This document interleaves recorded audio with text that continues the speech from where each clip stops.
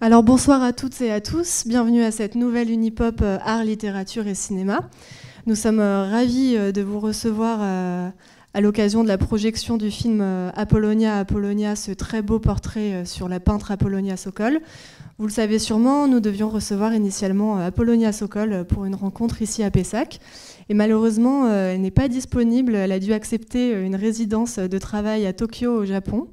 Donc il est 4h du matin là, actuellement à Tokyo, elle était donc indisponible. Mais c'est pas grave, le hasard fait bien les choses, puisque j'ai pu rencontrer une autre intervenante qui est Corinne Sabot.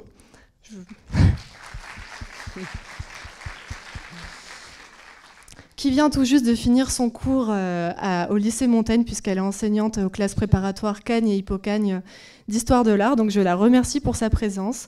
Je la remercie aussi parce qu'elle nous a répondu et a accepté cette invitation au pire moment pour inviter quelqu'un, c'est-à-dire entre Noël et Nouvel An. Donc merci à vous.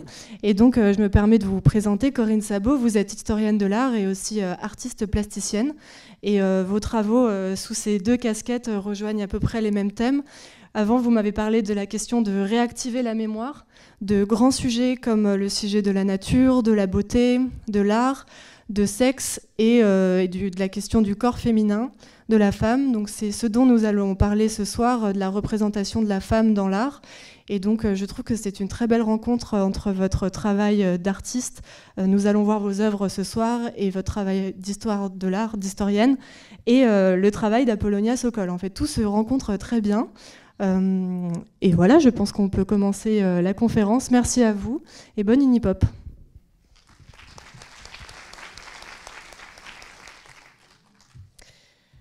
Alors effectivement, cette conférence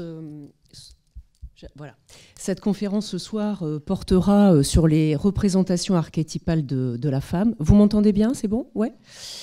Représentation archétypale de la femme, de son sexe et de ses images inscrites dans nos habitus et dans notre inconscient collectif. Et cette conférence, je l'appelle plutôt la fabrique du sexe faible, c'est-à-dire la fabrique, c'est quelque chose qui... une fabrique, c'est une construction sociale. Depuis l'Antiquité, je vais vous montrer, essayer de vous montrer, que les médecins, les théoriciens, les philosophes et les historiens de l'art ont fait du sexe féminin un archétype, et notamment ont construit une sorte de débilité à partir de ce sexe féminin, ce qu'on va appeler le sexe faible.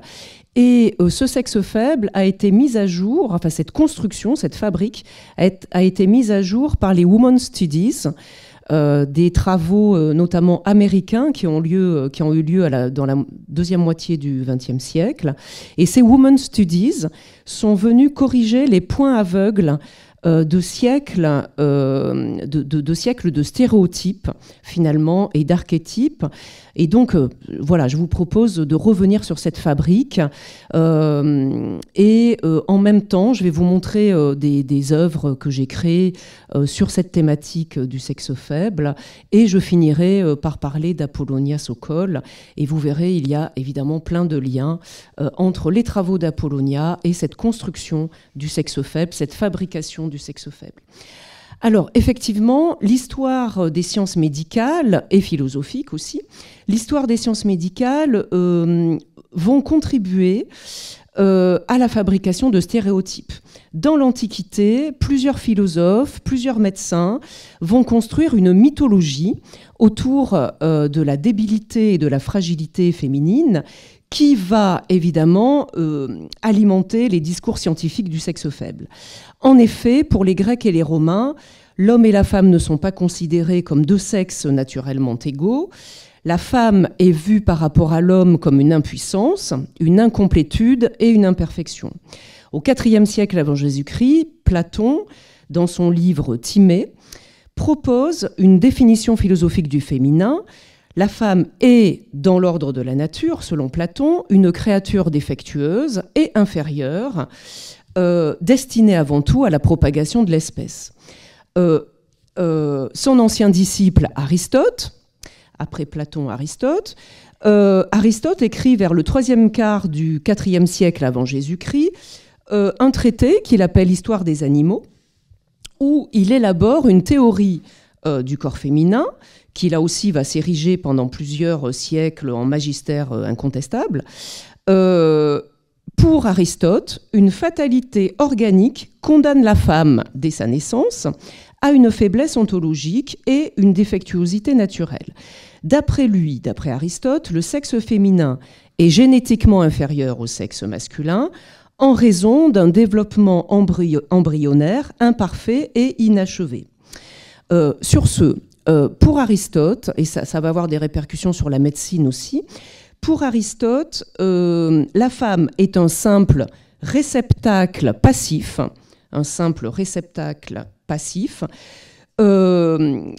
qui produit des matières inertes et qui attend évidemment le sexe de l'homme pour être complètement parfait et complet. Et c'est intéressant parce que pour Aristote, dans cette théorie, c'est donc à l'homme que revient le pouvoir créateur. La femme n'y exerce qu'un rôle mineur. Elle attend finalement la bonne semence pour procréer. Donc je continue sur ces théories, puis après on verra comment l'art traduit tout ça. À partir du IIe siècle, le scientifique Claude Gallien avance que les organes sexuels de l'homme et de la femme sont différents et que les ovaires apparaissent donc à Gallien comme un renversement et une intériorisation des testicules. Parce que, évidemment, le sexe, on a compris, c'est un organe aussi construit socialement. Et sur ce, pour résumer un peu ça, Claude Gallien nous dit que la constitution féminine est la copie inversée de la masculine. La femme est donc un élément récepteur, alors que l'homme est un élément agissant. Donc il reprend finalement les théories d'Aristote. Et sur ce, pour Gallien, la femme ne se définit que comme la matrice qui attend l'homme, qui attend donc la bonne semence pour être complète. Il est à noter que l'étymologie du mot vagin provient du latin vagina, qui dénomme une gaine, un fourreau où était enfermée une épée. Le vagin est donc considéré comme une boîte, finalement, un fourreau qui contient le sexe masculin. Le vagin ne sert donc qu'à envelopper le pénis qui fait son travail. On mesurera plus tard cette spécificité avec Freud, qui dira dans l'interprétation des rêves, les boîtes, les coffres, les caisses, les armoires représentent le corps de la femme ainsi que toutes les cavernes et tous les vases. Et donc on voit bien que l'utérus, le vagin, est avant tout un réceptacle, un vase, finalement, une caisse, selon Gallien, et qui sera repris évidemment plus tard par Freud, qui attend donc la semence de l'homme pour être complet. Ici, vous avez sous les yeux un vase que j'ai réalisé avec un souffleur de verre, qui s'appelle le vase de Freud, que j'ai réalisé en 2021. C'est un vrai vase, en forme... Alors, c'est la coupe finalement archétypale d'un utérus. Et donc ce vase matérialise finalement les mots de Freud ainsi que toute la pensée aristotélicienne et gallienne que je viens de vous exposer. J'avais exposé ce vase dans une galerie à Bordeaux, une galerie qui s'appelle Metavilla, et j'avais mis à l'intérieur du vase des lys orientaux qu'on appelle également les larmes de Ève, puisque Ève, bien sûr, là, va être construite, on va fabriquer Ève sur, évidemment, tous ces stéréotypes. Je passe à Hippocrate. Pour Hippocrate, entre le dernier quart du 5e siècle avant Jésus-Christ et le milieu du 4e siècle avant Jésus-Christ, Hippocrate, qui est quand même le père de la médecine occidentale, élabore un traité qu'il appelle des maladies des femmes. Et dans ce traité, Hippocrate dit que le corps humain s'explique par 3 humeurs associées au solide, à l'humide et aux esprits. Dans ce système humoral, donc nous dépendons d'humeur, dans ce système humoral, il situe la femme du côté du froid et de l'humide, ça va bien avec le vase, il situe évidemment l'homme du côté du chaud et du sec. Dans ce système médical, et celui des médecins héritiers de la pensée hippocratique, l'homme est donc considéré comme naturellement chaud et sec, et la femme froide et humide. Cette distinction humorale va devenir là aussi la pierre de touche de l'infériorité féminine pendant de longs siècles. En raison de cette froideur et de cette humidité de tempérament, la femme posséderait donc une semence déficiente et improductive, un corps délicat et juvénile, une constitution intellectuelle et psychologique moins forte que l'homme. Car la chaleur est, depuis Aristote, signe d'intelligence et signe de supériorité et de courage. Autre concept, donc on va revenir sur cette distinction morale dans toutes les représentations de la femme, dans toute l'histoire de l'art, vous allez voir. Autre concept intéressant, Aristote, dans son histoire des animaux, fait ce qu'il appelle la scala naturae, c'est-à-dire l'échelle des animaux. Cette échelle de la nature place l'homme tout à fait en haut. Alors on voit pas vraiment les mots, mais vous avez l'homme tout à fait en bas et vous avez la femme au niveau des reptiles. Aristote, donc concepteur de la scala naturae, cette échelle de la nature, place l'homme effectivement tout en haut. La scala naturae impose une hiérarchie des êtres vivants. La femme est bien au niveau des reptiles et des amphibiens, sur plutôt le bas de l'échelle, ce qui là aussi va avoir d'énormes répercussions sur l'iconographie artistique, mais aussi religieuse, parce qu'on fabrique Ève avec évidemment un serpent.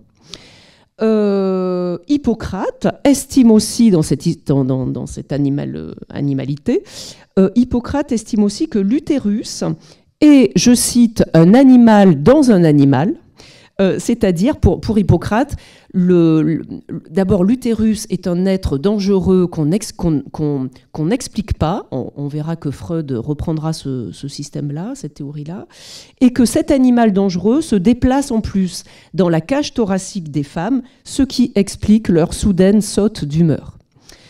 Voilà, donc j'invente pas, hein, c'est vraiment dans les traités. Pour résumer, on voit bien que les deux sexes recouvrent des modifications de substance, d'aspect et de statut.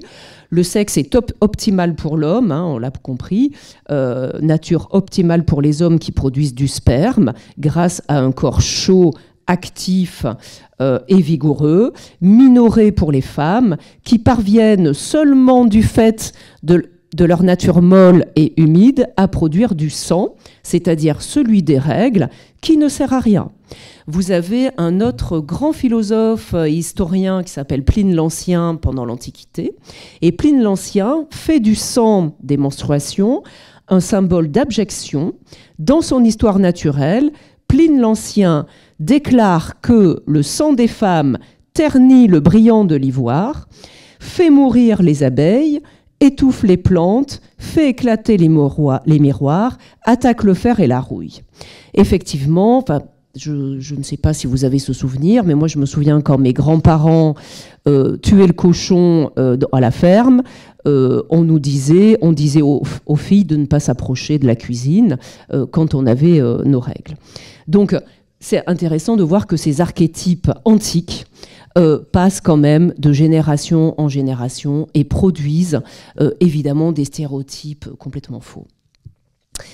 Donc, on va voir ce que ça donne dans les œuvres d'art. Évidemment, l'art est une éponge, hein. Elle va ressentir toutes ces théories et les mettre en application. Ces théories, on l'a compris, fait une différenciation entre le masculin et le féminin. Et donc l'art va produire des images en termes genrés, forcément. L'art suit les théories de chaque époque. Le genre étant effectivement un processus, un outil d'analyse qui met en évidence le processus culturel et social de la naturalisation des sexes. Et le genre, dans cette tradition classique du genre et de cette différence sexuelle, la tradition conçoit le corps comme une opposition dialectique. Le masculin est du côté de la forme idéale et de la verticalité. Le féminin est du côté de la courbe et de l'humidité. Vous reconnaissez peut-être ici le David, la très belle sculpture de Michel-Ange, le David de Michel-Ange. Ici, les trois grâces de Rubens.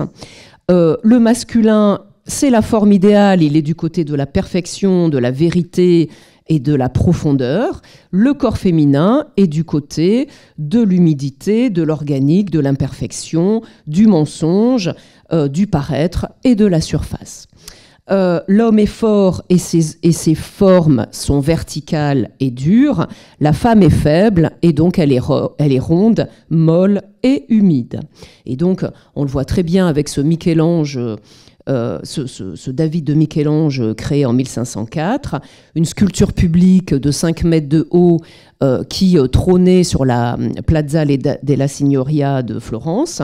C'est l'incarnation de la virilité, surtout il incarne la force républicaine. C'est David qui va vaincre Goliath et symboliquement il est là sur cette place publique pour incarner la force républicaine de la nouvelle cité. Voilà. Et son modèle, c'est un modèle grec très célèbre, l'Apollon du Belvédère, qui va codifier toute la représentation masculine de l'histoire de l'art jusqu'à la fin du XIXe siècle.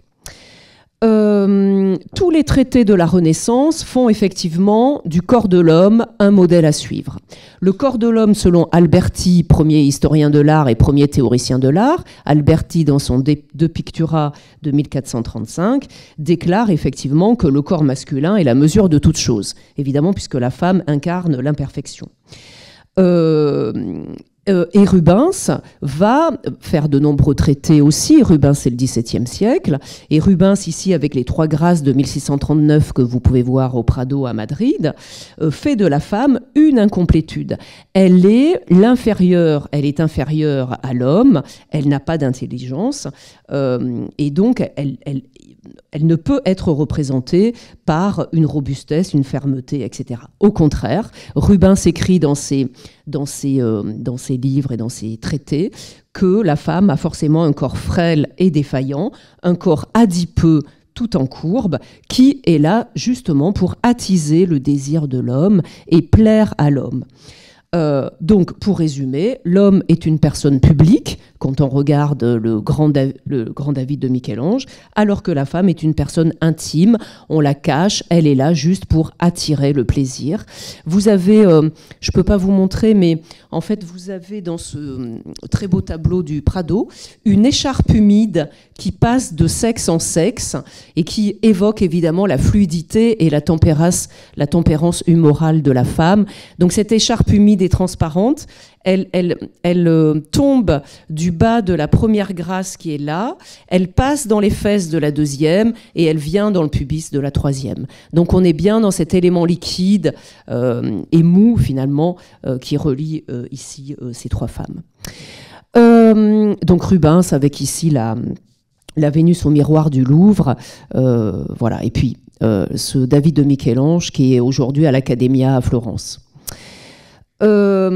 Kenneth Clark, grand historien de l'art, a écrit un ouvrage qui s'appelle Le Nu, et il fait justement une distinction entre le nu masculin et la nudité féminine. Il constate effectivement que à chaque fois qu'on représente le corps féminin, ce corps féminin se cache. Ce corps féminin n'assume pas, comme le David de Michel-Ange, finalement, une intelligence, une raison, une victoire. Et Kenneth Clark, dans son ouvrage Le Nu, fait donc une distinction entre le nu et la nudité.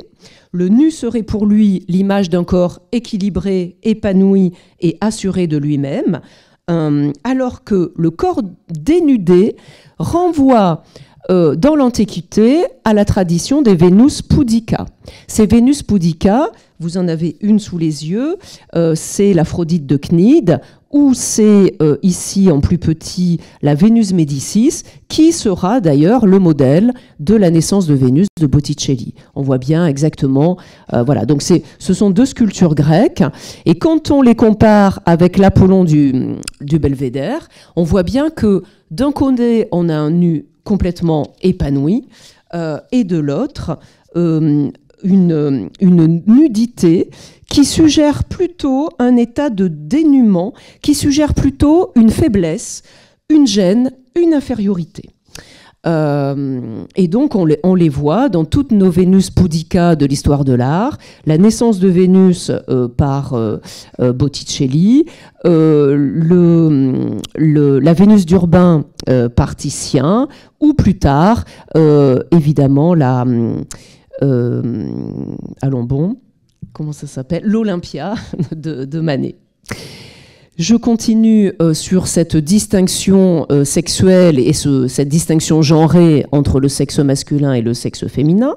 Au XVIIIe siècle, les médecins et les philosophes imposent l'idée d'une nature féminine. Les femmes seraient, soi-disant, d'éternelles malades, faibles, avec une faiblesse et une sensibilité exacerbées, et donc il faut écarter la femme des sphères politiques et savantes. Aussi, dans cet argumentaire, on va faire de la femme une nature inapte aux méditations hautes et aux conceptions sérieuses. Je reprends les mots du député de la Convention Jean-Pierre-André Amar en 1793, inapte aux méditations hautes et aux conceptions sérieuses. On le voit également dans les produits scientifiques. À partir des années 1750, les squelettes féminins et masculins sont représentés séparément dans les traités médicaux et dans les planches d'anatomie. Cette prédominance du modèle masculin sur le féminin est perçue évidemment en anatomie. Presque tous les écorchés, comme vous voyez ici, l'écorché de Houdon de 1767, presque tous les écorchés sont des hommes, alors que les modèles anatomiques féminins, les modèles anatomiques des viscères sont par contre toujours des femmes. Ici, vous avez un objet scientifique qui est tombé dans le marché de l'art et dans le domaine artistique. Il s'agit d'un objet remarquable, la Vénus des médecins par Clemente Susini. Une sculpture, mais plutôt un objet médical qui date de 1782. Et donc on voit bien, encore une fois, une différence genrée, muscle contre viscère, force contre matrice, donc muscle contre viscère. L'homme est bien du côté de la force physique, la femme est du côté du ventre et de la matrice. Donc on voit bien, encore une fois, notre distinction genrée. J'avance un peu parce que je vais vous montrer d'autres choses. Et donc, évidemment, les médecins démontrent cette faiblesse féminine en mettant aussi en avant le fait que les os de la femme soient plus petits que ceux de l'homme.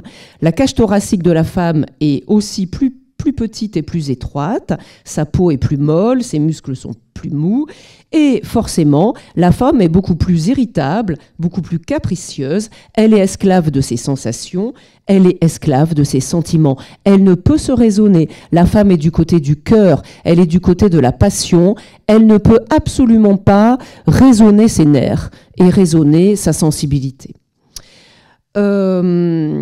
Et donc, on voit très bien cette distinction genrée dans les tableaux néoclassiques de la fin du XVIIIe siècle.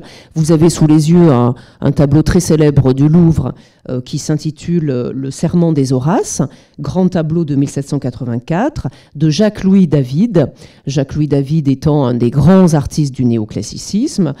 Et on voit bien que ce tableau illustre parfaitement cette polarisation des différenciations anatomiques, mimiques et gestuelles. Si je reprends nos différences, l'homme est vertical, il est solide, il est fier. Ici, le serment des Horaces, c'est le passage. Le père transmet les armes aux trois Horaces, à ses trois fils, qui, évidemment, vont aller faire la guerre, pendant que les femmes, elles s'apitoient, elles pleurent, elles sont repliées sur elles-mêmes. Évidemment, on retrouve la distinction, finalement, entre le David de Michel-Ange et les trois Grâces de Rubens, des formes phalliques d'un côté, accompagnées par la forme phallique de l'épée. Ici, on parlait tout à l'heure du fourreau de l'épée. Et ici, les femmes qui, évidemment, sont sur elles-mêmes, elles sont du côté des pleureuses et elles ne contiennent pas leurs sentiments. Elles ne peuvent absolument pas avoir de sentiments patriotiques, ni nationalistes, ni... voilà. Elles sont du côté de l'intime, de la maison, etc.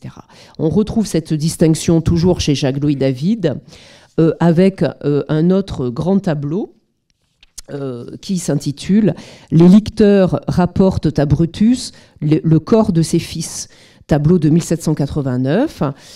L'histoire, c'est que Brutus, que vous avez dans le coin ici, il a une lettre dans les mains et il a condamné ses 2 fils qui ne respectaient pas les règles de la guerre. Enfin, je vous passe les détails. Et avec cette missive, avec cette lettre, il a demandé à des légionnaires de tuer ses 2 fils. Patriotisme avant cœur. Vous voyez, l'homme est du côté du pouvoir, il est du côté de la règle, il est du côté de la raison. Et donc, ici, on voit bien que la femme et les 3 filles sont complètement éplorées. L'une est carrément... elle cache son visage, ça c'est une figure très célèbre dans l'Antiquité. Elle cache son visage, elle ne contient pas sa douleur, elle ne sait pas contenir ses nerfs.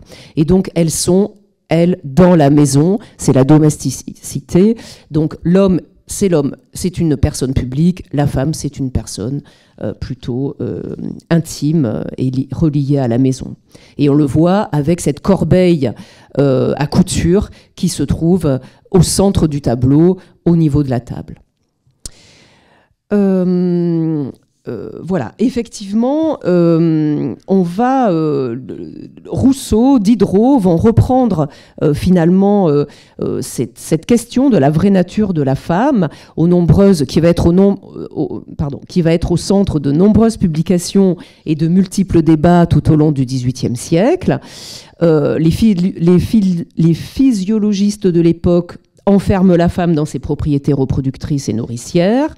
Des physiognomonistes décrivent son corps plus petit, moins robuste, plus souple, l'incline au mouvement, à l'agitation, à la volubilité, à l'inconstance, bien sûr, on a compris. Diderot nous dit qu'elle est carrément reliée à ses caprices, à ses nerfs, ce qui annonce quand même l'hystérie qui va arriver à la fin du XIXe siècle. Et donc, Diderot dit que la nature de la femme dépend de son caractère inégal et protéiforme, contrairement à la constance de l'homme. Cette incomplétude congénitale, finalement, tous ces discours, cette humidité tempérale, cette différenciation genrée, on va évidemment la retrouver dans toutes les œuvres de l'histoire de l'art. J'aurais dû vous le montrer tout à l'heure quand je parlais de la Scala Naturae dans l'histoire des animaux d'Aristote, mais comme je disais tout à l'heure, évidemment, cette sexualisation des femmes dans ce système symbolique est liée au péché originel. Et donc la femme, Ève est un produit dérivé de l'homme. Elle va, si vous voulez, la fabrication de Adam et Ève dépend également des discours de l'Antiquité. Ève est un produit dérivé de l'homme. Elle a été créée au 3e jour de la Genèse. Dieu a d'abord créé Adam, puis les animaux, puis Ève au 3e jour. On le voit dans ce très joli codex. Et bien sûr, Ève, c'est celle qui va apporter tous les maux de l'humanité en cueillant évidemment la pomme. Alors, dans ce codex, le pommier, en fait, dans la Bible, est avant tout un figuier. Ici, on voit d'ailleurs des feuilles de figues. Mais dans les étymologies d'Isidore de Séville, voilà quelqu'un qui a favorisé, qui a fabriqué aussi le sexe faible. Dans les étymologies d'Isidore de Séville, on a préféré la pomme que la figue parce que le mot pomme vient du mot malum, le mâle. Et que le mot vagin vient aussi du mot boîte.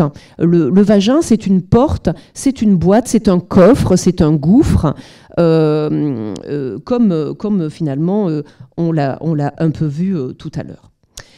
Pour reprendre l'iconographie, donc ici un Masaccio, un très beau Masaccio de la chapelle Brancacci de Florence, où Adam et Ève sont condamnés à errer.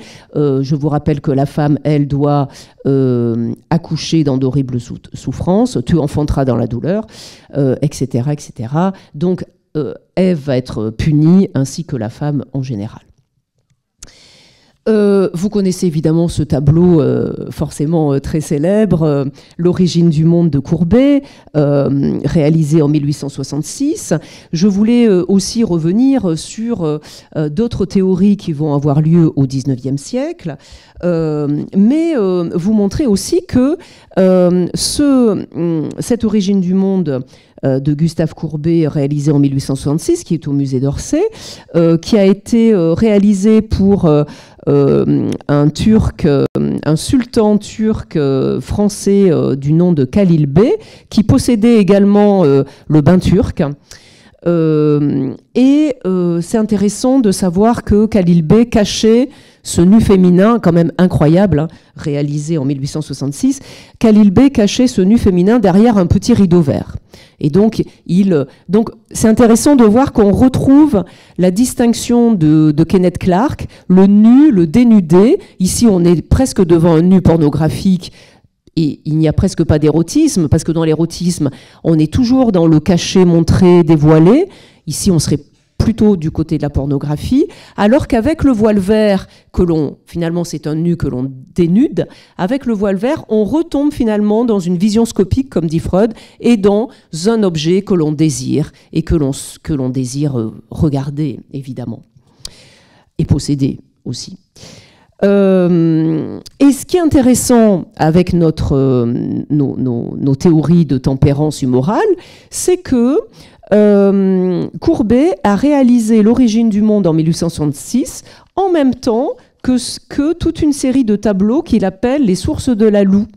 Et c'est intéressant de voir qu'on retrouve finalement toujours le vagin constituant l'élément récepteur, constituant un gouffre d'humidité, constituant aussi, comme le dira Freud plus tard, toutes sortes de vases et de grottes, dira justement, et de gouffres et de grottes, dira Freud. Et l'humidité, encore une fois, éveille la méfiance des autorités qui l'aperçoivent comme un état alourdissant et pathogène. Et donc certains médecins, encore au XIXe siècle, attachés à la tradition hippocratique, font du vagin, font du corps de la femme un agent de morbidité physiologique et cérébrale. Et Freud, à la fin du XIXe siècle et au début du XXe siècle, va comparer le vagin à un continent noir. Il utilise la théorie du dark continent, le dark continent, le continent noir, pour signifier que le féminin ne peut être expliqué, que c'est une énigme, que le féminin reste inaccessible et impénétrable. Voici sa conclusion en 1932. Si vous voulez en apprendre davantage sur la féminité, interrogez votre propre expérience. Lui qui a écrit quand même sur la sexualité pendant toute sa vie. Si vous voulez en apprendre davantage sur la féminité, interrogez votre propre expérience. Adressez-vous au poète ou à l'artiste, ou bien attendez que la science soit en mesure de vous donner des renseignements plus approfondis. Et dans La vie sexuelle, il écrit que le sexe féminin fait peur, que c'est une sorte d'atrocité et que l'organe génital féminin restera pour lui une très grande énigme. Le dark continent, ça veut dire ça, et c'est très bien évidemment exploité par Courbet avec ses deux œuvres réalisées à peu près à la même période. Ici, un tableau de Magritte qui s'appelle Le viol. Enfin, il en a fait toute une série et je trouvais ça intéressant de le comparer rapidement, évidemment, avec le Courbet l'origine du monde de Courbet, parce que finalement, Courbet fait une sorte de bête acéphale. Le corps de la femme est métonomisé à sa sexualité, à ses organes finalement génitaux, à son ventre. Elle est privée de bras, privée de jambes, un peu comme dans nos Vénus de la préhistoire finalement. Et c'est intéressant de voir qu'il était lui-même avant l'heure passionné par la préhistoire. Donc c'est intéressant de voir qu'il y a plusieurs couches comme ça dans les tableaux. Voilà. Et quand on regarde le viol de Magritte, on voit bien que la femme n'est qu'un ventre et n'est réduit. Il y a beaucoup de machisme dans le surréalisme et n'est réduit qu'à naître finalement cette matrice. Alors, le vagin, évidemment, dans l'histoire de l'art, on ne va pas montrer des vagins grandeur nature comme Courbet, ou des vulves, ou voilà, on ne va pas représenter le sexe de la femme de façon directe. On va inventer plein de codes et plein de symboles qui ont à voir justement avec l'humidité tempérale de la femme. Ici, vous avez un très beau tableau de Hugo van der Goes qui s'appelle carrément La chute de l'homme. On y voit bien sûr notre pauvre Ève attraper une pomme. Elle a une autre pomme dans l'autre main. Adam est en train de lui dire de ne pas faire le geste. Pendant que le serpent, je vous rappelle que dans la Scala Naturae d'Aristote, elle est au niveau des reptiles, pendant qu'une espèce de dragon serpent reptile est en train de la solliciter et de lui dire « oui, vas-y, prends la pomme ». Et son sexe ici est remplacé par un iris, puisque la forme de l'iris très souvent renvoie à la forme de la vulve. Et effectivement, le vagin, la représentation féminine de la femme, va souvent être associée à la fertilité. La femme est rattachée à la nature et à la terre dans l'idée d'une fécondation continuelle. Et donc, on va mutiler son corps, un peu comme l'a fait Courbet. Donc, j'avais réalisé une photographie qui s'appelle justement, d'après Hugo van der Goes, La chute de l'homme. Souvent, le sexe féminin est métonymisé, métaphorisé par une fleur. Ou par une grenade, parce que pareil, quand vous coupez la grenade en deux, elle peut ressembler à une vulve, et les grains, donc c'est un symbole antique, hein, et les graines de la grenade peuvent évoquer aussi la fertilité. Donc on la retrouve souvent chez Botticelli, dans des Madones à l'enfant. L'huître, évidemment, renvoie au sexe masculin, pas masculin, féminin, pardon. Ici, d'un tableau de Jean de Steen, La mangeuse d'huîtres de 1658, tableau que l'on attribue aux joyeuses compagnies du XVIIe siècle. Et l'huître, évidemment, est de nature aphrodisiaque. Et ici, on comprend que la jeune femme représentée, c'est une prostituée dans une maison close. Mais voilà, donc le sexe de la femme va souvent être allégorisé par des fleurs, des coquillages, des vases, tout ce qui est finalement de l'ordre du côté de la nature, de la fertilité, mais aussi de l'humidité. La fleur avec ses sucs, la fleur qui elle-même a un sexe, évidemment. On le voit ici avec les très belles fleurs de Georgia O'Keeffe, et notamment ce sont des iris aussi. Georgia O'Keeffe, grande artiste, grande peintre moderne du début du XXe siècle, qui a toujours dit qu'elle ne faisait pas des sexes, mais bon, ça quand même, ça ressemble à des sexes, y compris ici avec cette vue, ce paysage qui pourrait ressembler à l'origine du monde de Courbet. Effectivement, le sexe de la femme va être remplacé souvent par des fleurs, des coquillages, ou bref, parce que ces substituts contiennent des connotations qui renvoient à son humeur, son humidité humorale, mais aussi ces substituts contiennent des connotations qui renvoient à l'instabilité essentielle d'une créature vouée à une évolution perpétuelle. C'est-à-dire que la femme, elle est comme la fleur, elle subit des états fugitifs, elle n'a pas de fixité, elle n'a pas de solidité. Et comme je vous disais, le suc des plantes, la giclure des fleurs, des fruits, des fleurs, les contenants, les vases, renvoient évidemment à l'image du vagin. Vous avez ici des peintures contemporaines de Patrick Neu, un artiste masculin, qui s'intéresse à la sexualité, notamment au sexe de sa mère, qu'il a donc fécondé.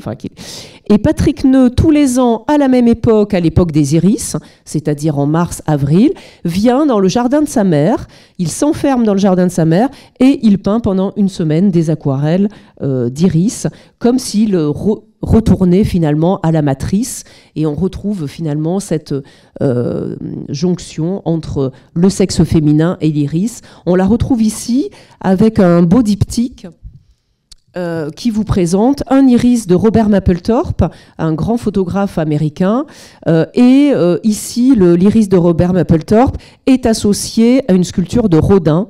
Vous savez, au musée Rodin à Paris, ou vous savez pas, c'est pas grave, il y a beaucoup d'expositions d'art contemporain, et l'idée c'est de faire des liens entre l'artiste contemporain et les sculptures de Rodin, et ça marche souvent très très bien. J'avais également créé pour une exposition à Bordeaux un papier peint que j'ai appelé Vaginal Flowers, à partir de fleurs, d'iris notamment, mais aussi de lys orientaux, etc. Je voulais faire un papier peint comme ça qui un peu dégoûtant, un peu dangereux, voilà, un peu qui évoque les débordements de la passion, qui multiplie également les signes de l'éros, et la fleur allégorise ici une sexualité qui se conçoit toujours comme une expérience limite et comme un débordement. Voilà, et j'avais justement installé des vases, pour reprendre les vases, le vagin est un vase, un réceptacle, le vagin est humide, etc. Et j'avais reposé le vase de Freud. Voilà, et donc on va retrouver cette humidité aussi dans la naissance de Vénus de Botticelli. On va retrouver tous ces symboles, coquillages, fleurs, ici des pétales de fleurs sur le vagin de Vénus. Ici vous avez un tableau de Lorenzo Lotto représentant Vénus et Cupidon. Évidemment on ne montre pas le sexe, mais il est quand même bien suggéré, puisque Cupidon urine à travers une guirlande de fleurs, c'est bien une pénétration à travers un trou, finalement, un orifice. Elle reçoit évidemment la bonne semence. Bon, là, c'est de l'urine, mais ça pourrait être du sperme. Elle attend la bonne semence, et donc elle est ce récipient qui attend. Et ce vase au-dessus de sa tête évoque évidemment son corps et métonymise son corps. Donc on a... vous avez, pour continuer dans ce registre, et pour revenir au XVIIIe siècle, dans un format ovale, Jean-Baptiste Greuze fait un petit tableau qui s'appelle la Cruche cassée de 1772, qui se trouve au Louvre. La cruche cassée représente une jeune fille en robe blanche décolletée, et elle porte dans le pan de son tablier un vase qu'elle vient de casser. Et donc elle porte devant son vagin, finalement, devant son sexe, elle tient les morceaux cassés du vase, ainsi que peut-être le liquide qu'il contient encore, ainsi que les fleurs qu'il contient encore. Et donc on retrouve dans ce petit tableau de Jean-Baptiste Greuze tous les symboles que nous venons de voir à travers l'histoire de l'art. Le peintre répond ici en 1771 à une commande de Madame du Barry, favorite du roi Louis XV. La cruche cassée de Jean-Baptiste Greuze est un artiste rococo qui travaille pour le libertinage de Louis XV, pour la société libertine de Louis XV, ici pour Madame du Barry, pour orner ses appartements. Et Greuze choisit évidemment une figure juvénile assez ambivalente, parce que sa candeur est contrebalancée par son sein qu'elle déploie devant nous. Et Diderot, qui est un grand admirateur de Jean-Baptiste Greuze et du rococo français, va faire un texte dithyrambique sur le tableau, et il va montrer que finalement cette peinture est le symbole de la virginité perdue de cet enfant, et que le vase cassé avec les fleurs symbolise la perte du pucelage. Et je vous rappelle que le mot défloraison renvoie également à notre perte de virginité. Voilà. Alors, tout à l'heure, je vous disais pour Hippocrate, le vagin est un animal dans un animal. Le sexe de la femme, et notamment avec cette tradition des Vénus pudica, vous voyez que toutes ces Vénus, elles se cachent, on cache leur sexe, il y a toujours un point saillant qui fait que notre œil quand même tombe sur le sexe et on a envie d'agir sur ce dénuement finalement, sur ce déshabillage, comme dit Freud. Freud dit toujours dans la sexualité, il y a du déshabillage. On quitte le règne végétal pour le règne animal. Et très souvent, le sexe de la femme n'est pas montré, mais il est suggéré. Et la toison pubienne est souvent remplacée par une fourrure ou par un animal.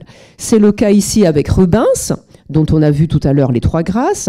Ici, vous avez un tableau très beau qui s'appelle La Petite Pelisse, tableau de 1638 qui se trouve à Vienne.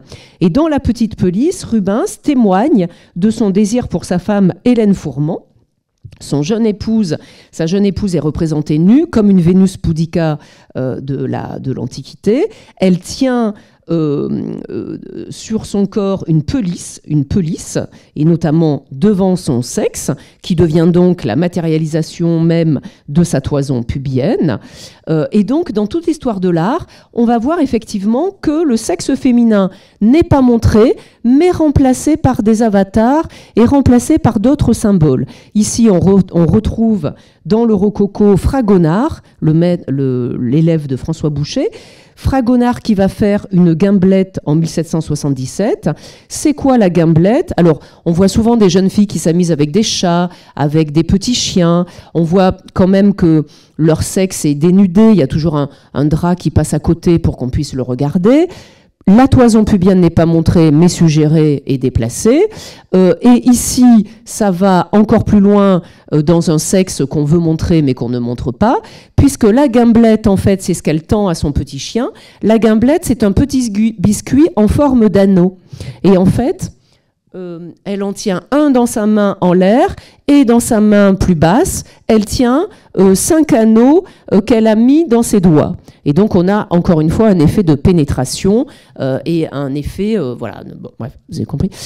Et donc, dans la gimblette ou également chez Manet, reprend la Vénus d'Urbain de Titien qu'on a vu tout à l'heure. Il remplace le petit chien par un chat. Et dans cette Olympia de Manet en 1866 qui est au musée d'Orsay, eh bien Victorine Meurent cache son sexe. Pourtant, tout le monde sait que Victorine Meurent est une célèbre prostituée de l'époque. C'est celle qui figure dans Le Déjeuner sur l'herbe. Et Victorine Meurent, même si elle nous cache son sexe, eh bien, le petit chat hirsute noir juste à côté renvoie à cette sexualité. Voilà. Et la présence du chat à la queue relevée, finalement, fait référence à son sexe. Et je cite une phrase de Georges Bataille, qui a écrit L'érotisme, carrément un grand livre publié en 1957.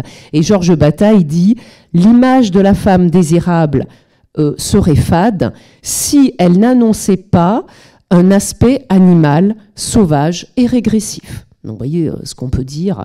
L'image de la femme désirable serait fade si elle n'annonçait pas ou si elle ne révélait pas un aspect animal, sauvage et régressif. Et cet aspect animal dont parle Bataille se traduit encore une fois par une modification du corps de la femme, par une sexualité finalement plutôt brute, et par voilà, le petit chat de l'Olympia, parce qu'on ne le voit pas, je crois, dans le tableau. Voilà, le petit chat de l'Olympia qui remplace le petit épagnol breton de Titien dans la Vénus d'Urbain. Voilà. Et Ici, on retrouve un tableau de la Renaissance qui est assez joli. On retrouve un animal, on retrouve également plusieurs symboles vaginaux. Ici, vous avez la Dame à l'hermine, peinte par Léonard de Vinci entre 1488 et 1490, un tableau qui se trouve à Cracovie. Témoignage de la liaison amoureuse entre Cecilia Gallerani, c'est donc cette femme que nous voyons ici, Cecilia Gallerani et le duc Ludovic le Mort. Elle tient très serré l'Hermine qui veut s'échapper. L'Hermine est en train de montrer qu'elle est associée à l'instabilité féminine. Elle exprime, le mustélidé ici exprime une nervosité inquiète, une instabilité fébrile qui renvoie aux nerfs et finalement à l'inconstance de Cecilia Gallerani. Et en même temps, le tableau évoque le désir de Ludovic le Mort pour Cecilia, puisque dans le grand triangle que vous voyez dans la Manche, regardez, l'Hermine met carrément sa petite patte dans le triangle rouge, qui évoque évidemment le pubis de Cecilia. Voilà, et une possible pénétration ou sexualité, etc. C'est assez étonnant pour Léonard de Vinci, mais voyez comment on fait, c'est intéressant de voir combien on fait une peinture très codée, très codifiée finalement, voilà, avec des petits tiroirs secrets comme ça. Vous avez un autre tableau de la Renaissance absolument magnifique de Parmigianino, grand tableau du maniérisme italien. Le tableau s'appelle Antea, et là on voit un vison qui est en fait à la fois une écharpe, mais le véritable animal. Et ici, je ne sais pas si vous le voyez bien à l'écran, peut-être pas, mais on voit que le vison attrape la bague d'Antea, vient mordre Antea et vient de nouveau insérer quelque chose de dur dans un anneau. Et évidemment, la tête, là aussi, du mustélidé est au niveau du sexe d'Antea. Voilà. Ça c'est un vase que j'ai réalisé qui s'appelle le vase mamelle. Il s'appelle le vase mamelle entre parenthèses Suzanne. En fait, j'ai voulu rendre hommage à une femme qui a existé et qui s'appelait Suzanne Tessier et qui en fait a vécu, qui est née au début, qui est née à la fin du 19e siècle et qui est morte dans les années 60. Qui est née à Issy-Jacques en Dordogne. Et cette femme, elle est très célèbre à Issy-Jacques. Pourquoi ? Parce que quand cette jeune fille, quand elle avait 12 ans, ses parents ont remplacé la vache qui labourait par la jeune fille. Par leur propre enfant, finalement. Et c'est intéressant de voir que même à la fin du 19e siècle et au début du 20e siècle, on s'aperçoit que la femme a une image finalement animale et qu'elle peut effectivement remplacer un animal. Donc voilà, ce vase avec trois, comme un pied de vache finalement, et qui renvoie encore une fois à l'humeur des femmes et au liquide des femmes. Alors évidemment, toute cette animalité, cette férocité, va faire qu'à la fin du 19e siècle, on va inventer l'hystérie.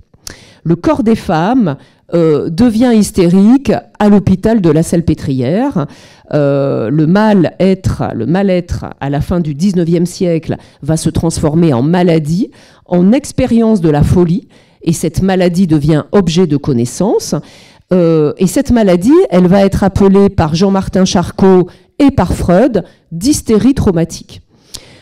Ici, vous avez un tableau de André Brouillet qui s'appelle « Une leçon clinique à la Salpêtrière », tableau de 1887, qui nous présente justement Jean-Martin Charcot, qui est le maître de Freud, qui est le professeur de Freud, et qui, en fait, fait une leçon devant des étudiants en médecine et qui montre effectivement que la femme, évidemment l'hystérie c'est une maladie essentiellement féminine, et qui montre que la femme est en proie à des crises et qu'elle ne peut pas se contrôler. Il est intéressant de constater que le mot utérus vient du grec ancien hysterica, et que ce mot utérus va donner évidemment le mot d'hystérie.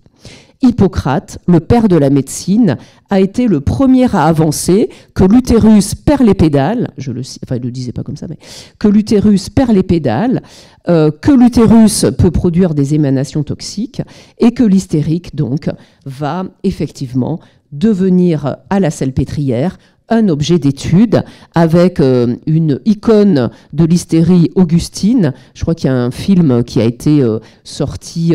Vous avez un autre film qui s'appelle Le bal des folles qui parle très bien de cette hystérie. Et bien sûr, ces hystériques, elles vont être dessinées, photographiées lors de leur crise par Paul Richer et Jean-Martin Charcot. Et Paul Richer et Jean-Martin Charcot, c'est intéressant de voir que en fait, la crise ultime, c'est ce qu'on appelle l'arc de l'hystérie. Le corps de la femme devient dur comme du bois, et donc il devient très solide, et il se courbe en forme d'arc. Et c'est intéressant de voir que Louise Bourgeois, grande artiste contemporaine, va elle aussi faire une sculpture en bronze qui va reprendre cet arc de l'hystérie. Mais ce que je voulais vous dire aussi, vous verrez dans le documentaire de Léa Globe sur Apollonia, à un moment donné, on voit Apollonia qui fait l'arc de l'hystérie. Vous verrez qu'Apollonia reprend beaucoup de... Apollonia Sokol reprend évidemment beaucoup de tous ces symboles que l'on vient de voir. J'en reparlerai tout à l'heure. Non, mais ce que je voulais finir sur quand même un truc important, c'est que Jean-Martin Charcot et Paul Richer vont produire à la fin du XIXe siècle une publication qui s'appelle Les démoniaques dans l'art et qui font justement de la femme une sorcière. L'hystérique est forcément une sorcière et donc la femme est la complice de Satan. Finalement, on n'avance pas dans les stéréotypes. Pour passer à la revanche des femmes, finalement, je voulais vous montrer, juste pour un peu conclure sur tout ce qu'on a vu, un tableau d'un artiste espagnol qui s'appelle Enrique Simone y Lombardo, qui s'appelle Anatomie du cœur, tableau de 1906, où on voit un vieux professeur qui tient dans la main le cœur d'une jeune femme, et cette jeune femme, c'est la sorcière, elle a une peau blanche, elle est très séduisante, elle a un corps, évidemment, bon, elle est morte, mais un corps qui plaît à l'homme. Elle a des longs cheveux roux et il vient de lui extraire, donc c'est presque une leçon d'anatomie, il vient de lui extraire le cœur et il le regarde avec beaucoup d'inquiétude, finalement. L'image est intéressante parce qu'elle crée une opposition entre le cerveau, celui du savant, l'homme qui réfléchit, le cerveau responsable de la connaissance, et le cœur responsable des passions. Et donc, l'œuvre fait un triangle parfait entre l'observateur, le cerveau du savant, le cœur et le scalpel que vous voyez sur le coin de la table, le scalpel qui est l'instrument de la connaissance de l'autopsie. Et finalement, le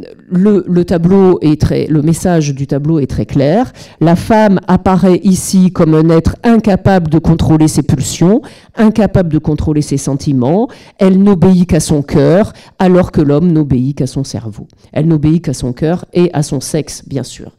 Et pour passer sur l'art contemporain et sur la revanche des femmes, qui n'apparaît évidemment qu'au milieu, que dans la deuxième moitié du XXe siècle, je fais référence à une artiste qui s'appelle Barbara Kruger. Barbara Kruger, qui est connue pour son engagement féministe et ses phrases choc.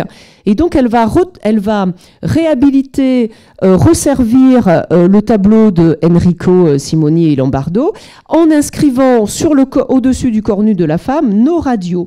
Cette phrase « nos radios » était couramment utilisée par les détenteurs de voitures aux États-Unis dans les années 80. L'œuvre s'appelle « Nos radios », elle a été réalisée en 1988. Et cette phrase, on l'a placée dans sa voiture pour que les voleurs ne soient pas incités à venir casser vos vitres de voiture et à venir vous voler votre radio. Et donc cette phrase, couramment utilisée par les détenteurs de voitures désireux de décourager les voleurs potentiels, donc, éviter tout cela. Mais ici, cette phrase « nos radios au-dessus du corps de notre femme » suggère viol et violence, et la radio deviendrait ici le trope du cœur de la femme que l'on dérobe, ou le sexe que l'on dérobe, la femme à qui on a fait perdre toute son intégrité physique jusque-là. Et cette intégrité physique, et bien sûr, elle va être mise en avant par tout l'art contemporain. Et quand on regarde l'histoire des idées, on s'aperçoit effectivement qu'une histoire de l'art écrite par les femmes, des expositions de femmes qui présentent des femmes, tout ça n'existe qu'à partir de la deuxième moitié du XXe siècle. Aux États-Unis, comme je le disais en ouverture de la conférence, les Women's Studies veulent corriger les points aveugles de ces visions archaïques.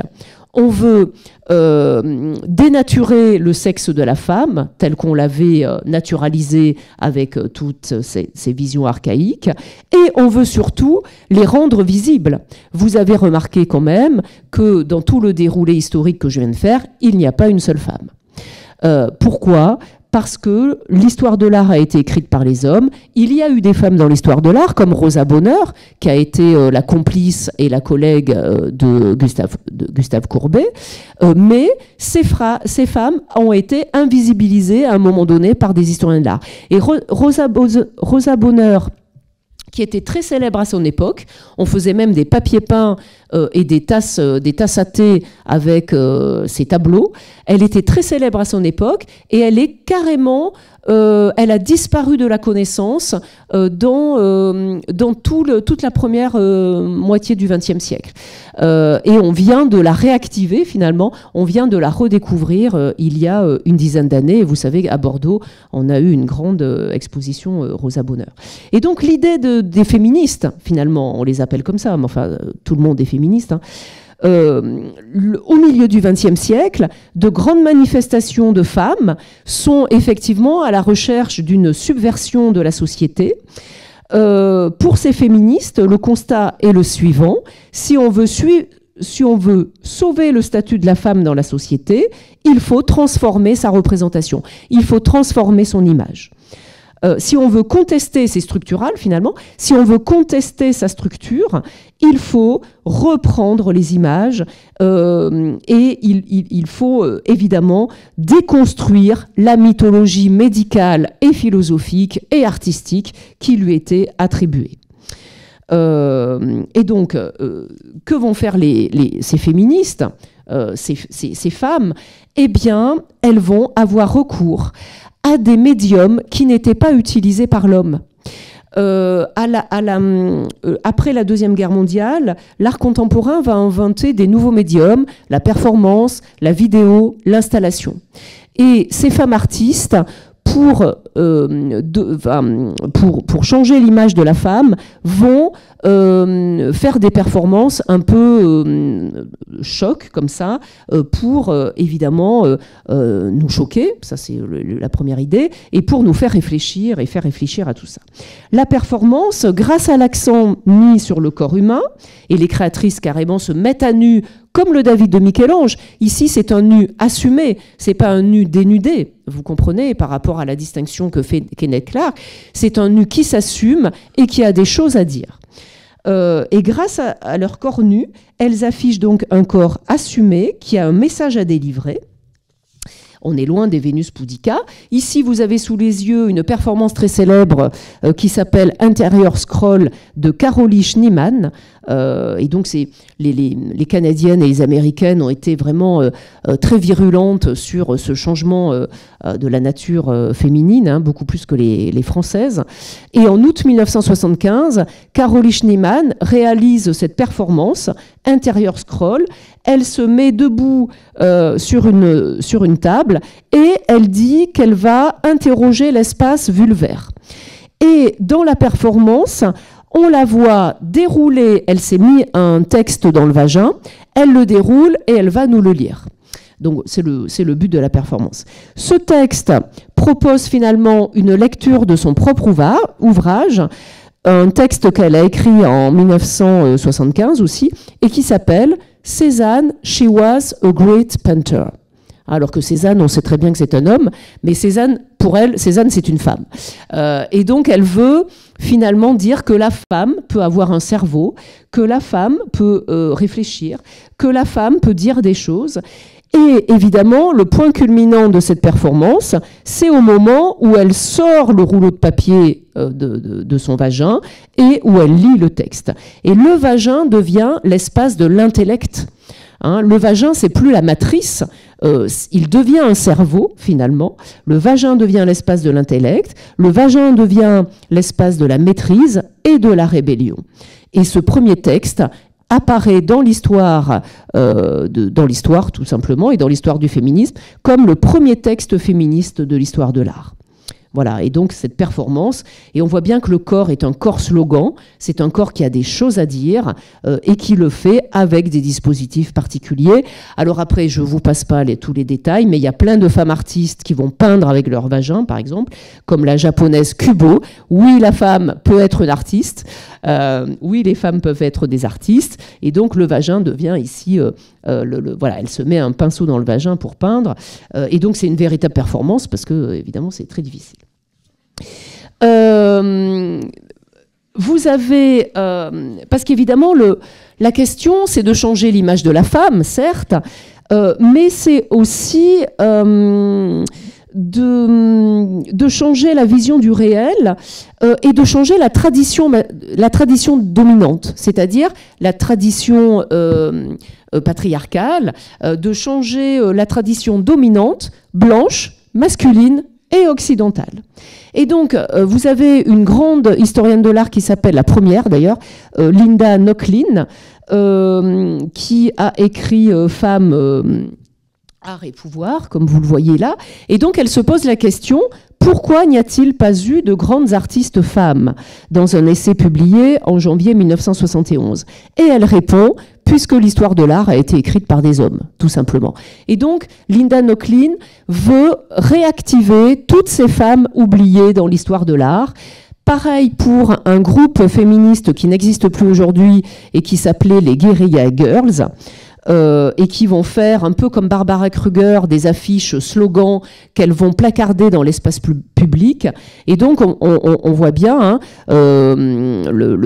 avec la question les femmes doivent-elles être nues pour entrer au Metropolitan Museum, qui est l'équivalent du Louvre à New York. Les femmes doivent-elles être nues pour entrer au Met? Et puis elles répondent, le constat c'est que au Metropolitan, mais au Louvre aussi dans les années 70, 4% seulement des femmes artistes sont représentées, alors que 76% de nus féminins sont évidemment représentés dans le musée. Donc c'est assez intéressant de voir cette... voilà. Et donc Judith Butler, qui va être aussi une grande historienne de l'art, dit qu'il faut effectivement changer le genre, et ce qui peut expliquer aussi toute la tendance queer et transgenre que nous vivons évidemment aujourd'hui. Alors je vous disais, performance, vidéo, mais aussi installation. Vous avez une des plus grandes installations féministes de l'histoire de l'art, très célèbre, qui s'appelle The Diner Party, par une artiste qui s'appelle Judy Chicago, qui traduit cette volonté de produire une nouvelle lecture de l'histoire de l'art. Elle est considérée, cette œuvre, comme la première œuvre féministe épique de l'histoire des femmes. Cette installation, en fait, est un ensemble de tables. Cette installation se compose de 39 tables à manger, dressées les unes à côté des autres, et chaque place représente une figure historique féminine. Donc vous avez Artemisia Gentileschi, par exemple, qui est une peintre caravagesque qu'on a redécouverte il n'y a pas longtemps. Mais vous avez également Virginia Woolf, vous avez également Georgia O'Keeffe, que je vous ai montré tout à l'heure, mais vous avez aussi Judith, Salomé, Portia, Hildegard de Bingen qui était une monesse qui a eu des visions et qui les a retranscrites, et c'était un peu l'artiste, une artiste femme à la fin du Moyen-Âge, Aliénor d'Aquitaine. Toutes ces personnalités féminines sont réactivées dans cette grande installation, et vous voyez, la table est en forme de triangle, pour reprendre le triangle du pubis, bien sûr. Et donc la table comprend 39 places pour autant de femmes mythiques et historiques. Et l'œuvre d'art se conçoit donc comme un objet qui pourrait modifier notre système, qui pourrait modifier notre langage et modifier nos stéréotypes, nos habitus. En plus de ça, Judy Chicago va faire donc un chemin de table et des assiettes et des couverts avec des techniques associées à la féminité.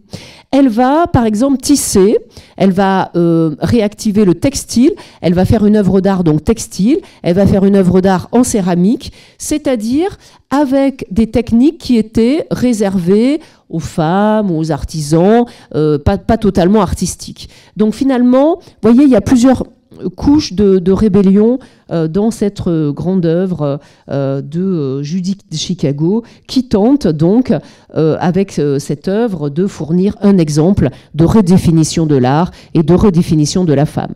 Vous avez également une artiste qui s'appelle Pippi Lotteriste, mais je vais passer rapidement, qui a fait une vidéo qui s'appelle Butt Clip. J'ai oublié de vous l'emmener, c'est nul. Et qui, Pippi Lotteriste, Butt Clip, et qui en fait l'éloge du sang féminin. Elle n'est pas la seule. Beaucoup d'artistes, après, dans les années 80-90, vont travailler avec leurs règles. Vous comprenez pourquoi? Pour éviter, évidemment, l'image abjecte des menstruations. Hein. Et les clips de Pippi Lotteriste rendent compte, effectivement, d'une femme forte qui affirme son identité féminine. Butt Clip a été réalisé en 1994. La vidéo fait l'éloge du sang féminin, considéré comme un symbole d'abjection depuis Pline l'Ancien. Et donc, on va voir, elle laisse son sang couler le long de ses jambes et la caméra va suivre. Et donc, ça devient très beau, comme ça, comme une espèce de fontaine. Et les images sont très saturées, très baveuses, très liquides. Ça reprend la tempérance humorale de la femme. Très colorée aussi, parce que j'ai pas eu le temps de le développer, mais évidemment, le dessin est du côté du masculin dans toute l'histoire de l'art et la couleur est du côté du féminin. Mais je développe pas tout parce que je n'ai pas le temps. Et finalement, dans un brouillage informatique très séduisant, eh bien, elle fait du sang, des règles, quelque chose de très positif et très beau et très intéressant. Judy Chicago va également faire des photos où carrément elle montre qu'elle sort un tampon de son vagin. Judy Chicago, elle va reprendre tous ces stéréotypes. Et ici, vous avez une artiste contemporaine qui s'appelle Kaisei Jenkins, qui fait une écharpe de laine pendant ses règles. Et donc, en fait, je vous explique, la laine part de son pull. Hein, elle tisse et elle détisse, comme Pénélope qui attend Ulysse. Elle tisse et elle détisse, elle prend... Et donc, comme le fil passe par le sang de ses règles, et bien par endroits, il y a des taches qui viennent humecter, évidemment, le tricot qu'elle est en train de faire. Voilà. Et j'avais pris aussi, mais j'ai oublié, vous avez une artiste portugaise qui s'appelle Joana Vasconcelos, qui a fait un lustre géant, énorme, avec que des tampons hygiéniques, mais des neufs, hein, pas des usagers. Et donc, c'est très connu comme œuvre. Elle a été exposée d'ailleurs à Paris, au château de Versailles. Je vous dis pas. D'ailleurs, au château de Versailles, il n'y a plus d'expo contemporaine. Je crois que c'est à cause de Joana Vasconcelos. Et donc un énorme lustre fait de tampons. Et de loin, on dirait vraiment, avec la ficelle qui pend, donc on dirait vraiment des pampilles. Et vous regarderez Johanna Vasconcelos. Alors, dans ce jeu, évidemment, les artistes féministes vont vouloir jouer sur l'inversion et sur les processus d'inversion. Et on va le voir dès l'art moderne. Avant d'attaquer l'art moderne, on voit ici deux petits tableaux. Bon, l'origine du monde de Courbet qu'on a vu ensemble, et un tableau de Orlan, incroyable, qui va, et ça s'appelle Origine de la guerre. Donc c'est un tableau d'Orlan qui met, comme a fait Courbet avec le sexe féminin, nous met face, voilà, à une bête acéphale, dépourvue de jambes et de bras, réduit à n'être finalement un organe de reproduction. On va tout renverser, effectivement. Et vous avez également une artiste contemporaine française qui s'appelle Agnès Turnauer. Le geste est assez basique, assez simple. Elle fait des espèces de blasons géants finalement, et elle convertit tous les noms masculins en féminins. Donc Andy Warhol devient Annie Warhol, Francis Bacon devient Francine Bacon, etc., etc.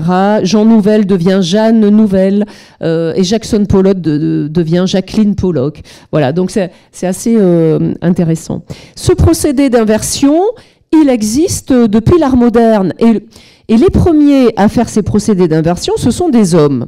Et des hommes très intelligents qui ont compris qu'il fallait changer les choses.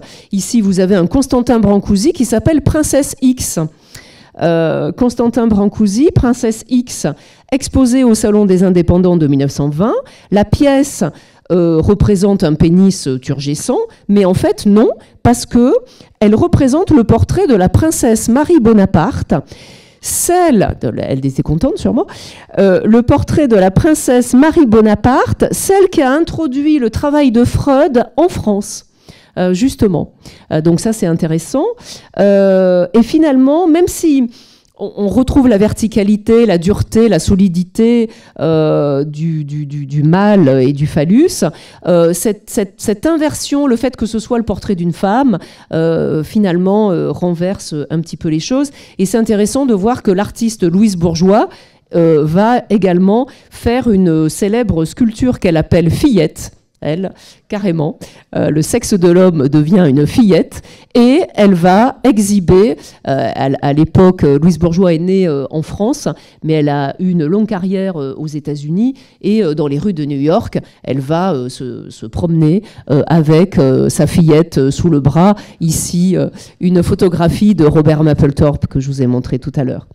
Voilà, donc ce retournement des polarités sexuelles intéresse évidemment énormément les artistes.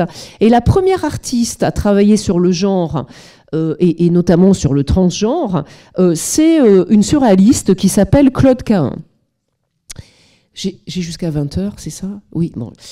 Claude Cahun, qui reste une pionnière en matière de brouillage. C'est elle qu'on voit dans toutes les photos, finalement.